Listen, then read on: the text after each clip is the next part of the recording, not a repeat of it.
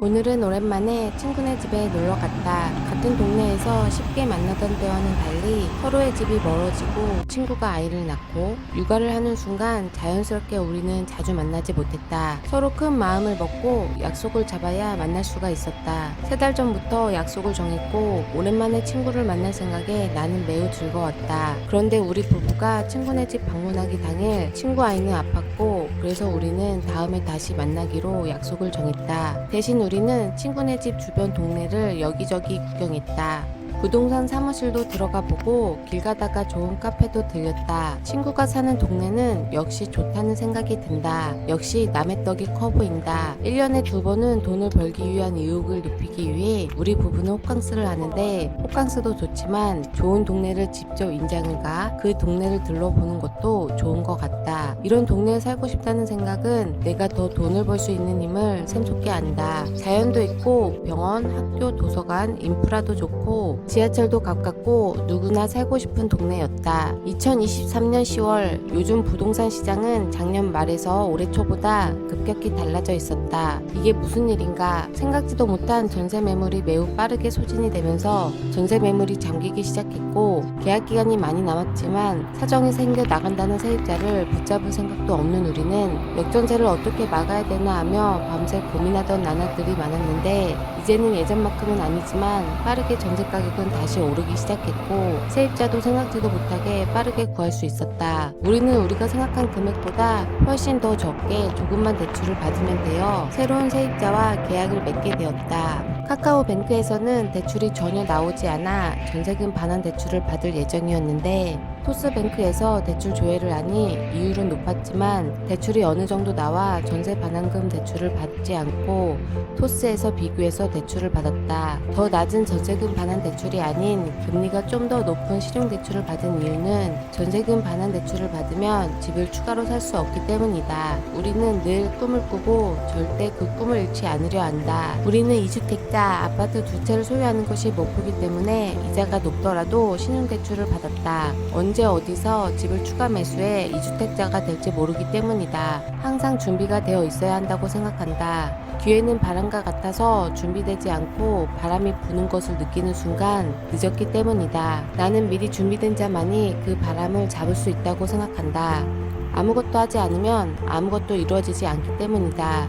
부동산을 공부하는 게 스트레스로 다가올 때도 있지만 항상 그 시장에 몸을 담그고 있고 관심을 가져야 한다고 생각한다. 언제든지 움직일 준비를 해야 한다. 즉 기회가 왔을 때 즉시 계약할 수 있는 정보력과 실행력을 길러야 한다고 생각한다. 누가 보면 미쳤다라고 생각할 수도 있지만 내가 보기엔 사람들이 미쳤다라고 생각할 때 그때가 행동에 옮겨야 할 좋은 시점이라고 생각한다. 나는 내가 재테크에 관심이 있는 이상, 맞벌이인 이상, 지금 소득보다 몇 년 후 소득은 분명히 더 높을 것이라고 판단한 이상 이런 조건들의 기회를 살려 다가오는 부자 될 기회를 잡아야 된다고 생각한다. 내가 생각한 결정이었고 내가 혹시 회사에 잘리더라도 나는 찬밥 더운 밥 가리지 않고 공장이라도 들어가 현금을 만들 거라는 결심을 하니 못할 게 없다는 생각이 들었다. 그래서 우리 부부는 전세 반환 대출이 아닌 신용대출을 받았다. 지금 시기에 1주택자들은 더 좋은 상급지로 갈아타기 시도를 하라고 하지만 발품 팔면 알겠지만 이미 상급지들은 어느 정도 올랐다. 그리고 상승장 때 1주택만 가지고 있으면 아무 소용 없다는 걸 알았기 때문에 우리의 포지션은 강남, 용산, 잠실 상급지 1주택자가 아니라 수도권 2주택이 목표이다.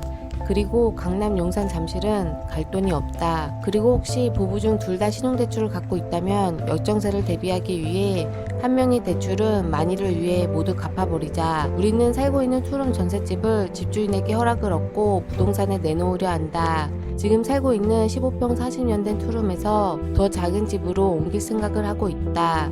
젊어서 고생은 사서도 한다는 말이 있듯이 아직 젊다고 늦지 않았다고 나는 생각한다. 지금 살고 있는 집은 다른 집과 비교해 높은 전세금을 주고 들어와서 계약 만료 이후에도 쉽게 집이 나가지 않을 거라고 생각을 했는데 지금 동네 전세 매물이 많이 소진되어 전세 매물이 잠겼을 때 내어놓으려 하는 것이다. 전세 계약 기간이 남았지만 전세 매물이 없는 이런 기회에 우리 집 전세를 빼어내어 보려 한다. 집주인에게 공인중개사 수수료 비용을 우리가 납부할 테니 전셋집을 내어놓겠다고 공손하게 말씀드릴 예정이다. 지금 이런 기회에 이사를 가고 싶은 분들은 임대인에게 개인 사정을 말해보아도 좋을 것 같다. 나는 미리 내가 말한 사정들을 노트에 써서 시간 낭비하지 않게 집주인에게 전화할 것이다. 나는 전세 빨리 나가는 방법에 대해 전략적으로 공부를 했다. 나처럼 전세 계약 기간을 다 채우지 않고 나가는 사람은 임대인의 전세 복비를 대신 내고 급하게 연락이 와도 당장 집을 보여줄 수 있도록 집 청소를 매일 하고